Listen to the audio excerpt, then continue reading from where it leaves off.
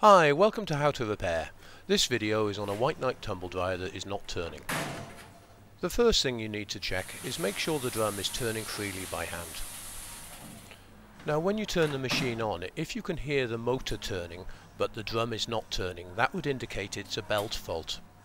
But on this machine, if you listen closely, you can hear a humming noise coming from inside the appliance.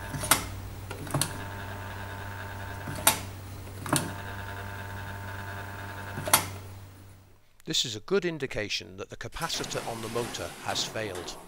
Now a simple way to test this is to take the lid off first, 3 screws at the back. Before attempting this job, make sure you're competent with electrics or get someone who is. Now I'm turning the machine on, pushing the drum, and the drum starts turning.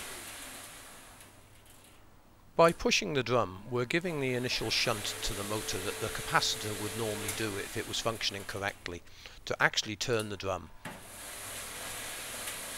Now we've worked out that the capacitor is at fault on this machine, I will show you how to change it. So the first thing you need to do is disconnect the appliance from the electricity supply again.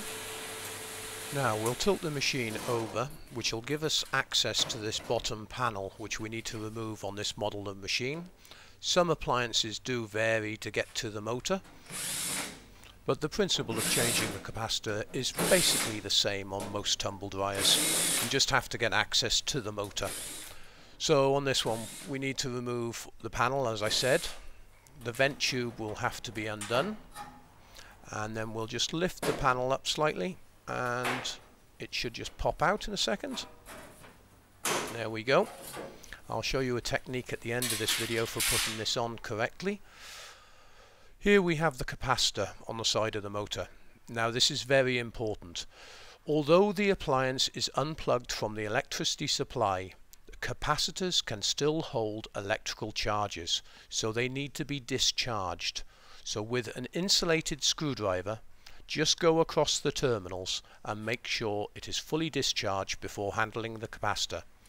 Now on the back of the capacitor here, we've got a 13mm nut on this one, which we're just undoing, and that will allow us to take it off. You can find your tumble dryer capacitor in 2 ways, either with the model number of your appliance or by the rating of the capacitor.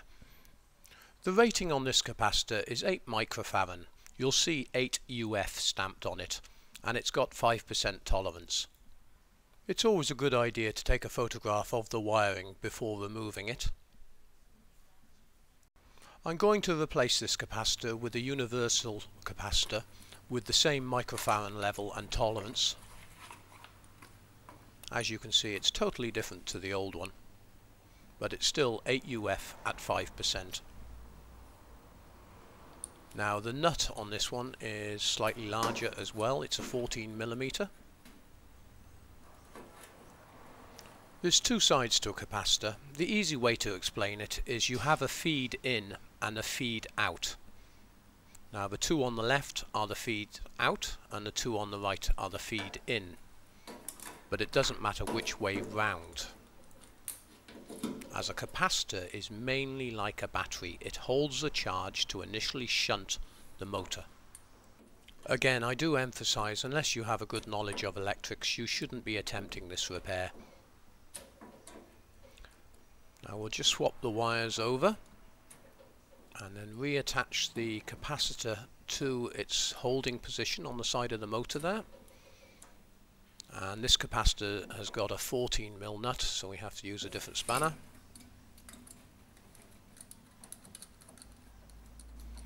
While I'm just putting this capacitor back on, please remember to subscribe to our YouTube channel, as that's what keeps us going and able to make these free videos for you. You will also find a link that will take you through to the capacitor section within the website. And there we go. New capacitor fitted and the motor's turning perfectly again.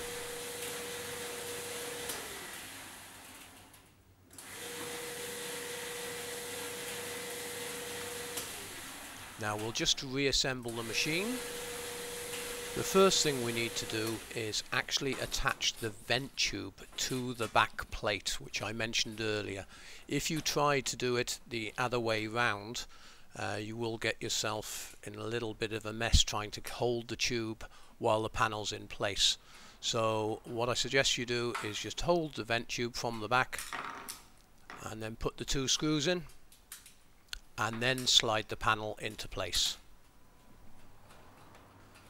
While I'm doing this, do remember to subscribe to our YouTube channel, as I said earlier, and if you follow the links on this video, it'll take you through to the website, where different links will take you through to the capacitor section or the tutorial section, where we do video guides on all different types of appliance repairs, and also there are some diagnostic videos to help you find the faults on your appliance.